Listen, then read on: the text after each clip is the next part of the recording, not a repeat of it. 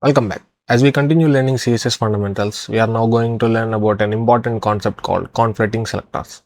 This is something every beginner will eventually face while writing CSS. You may have multiple CSS rules targeting the same HTML element.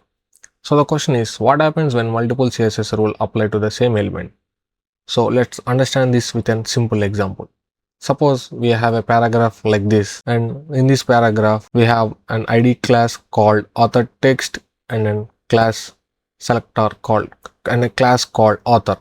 Now imagine that we have three CSS rules. That is, one is paragraph and another one is author text and then is author. CSS has a set of rules called simplicity plus cascade that decides which value is used when there is conflicts. All three selectors are targeting the same paragraph. So which font size will CSS use? Will it be 18 pixels or 20 pixels or 22 pixels? The answer depends upon the importance of the selector. For now, as a beginner, we can remember the priority in an order, that is ID is greater than class or pseudo class, and which is greater than element, which is greater than universal selector. So an ID selector has the highest priority than a class selector. The priority only matters when the same property is being defined multiple times. So let's see this in a practical example. Let's create a simple example. Suppose we have a paragraph in the footer. So I'm just creating a class selector.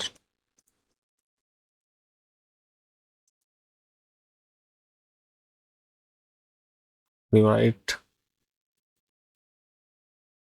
can create multiple classes. We can simply separate them with a space. I'm creating another class, that is text. I'm just saying this. And now an element can have multiple classes. Now let's create different selectors. First one would be ID selector.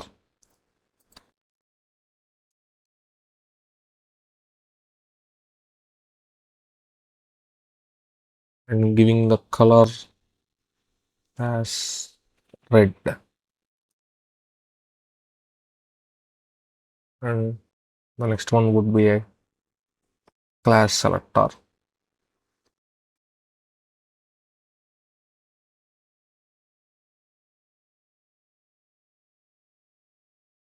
This color will be a blue.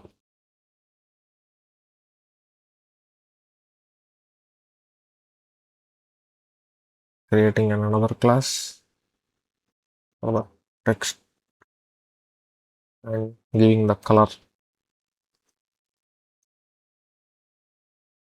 yellow.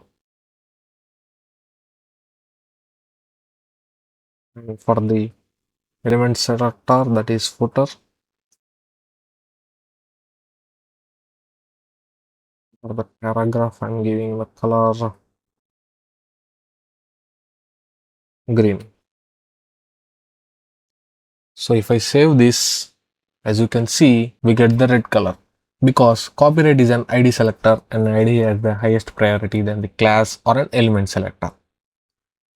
So we can inspect this using DevTools.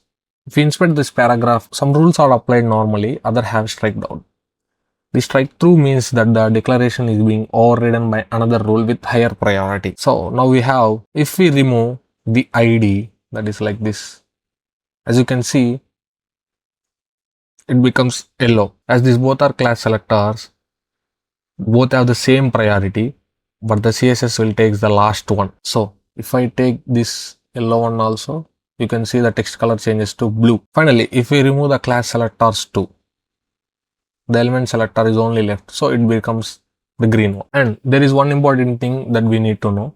CSS has something called important keyword. For example, if I want this as an important and I want to override all this, we can use exclamatory mark and important. And if I refresh the page, as you can see, even though this is all selected, but they are strike through, the green color got for the font.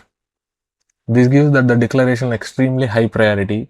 Even if any selector has a normally higher specificity, the important declaration can override it.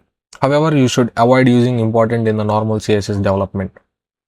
Think of it as a last resort. So don't use important unless you need it, and try to keep your selector simple. And that's the basic idea behind conflicting selectors in CSS. Once you understand this concept, debugging CSS becomes much easier. In the next lesson, we'll continue exploring another important CSS concept.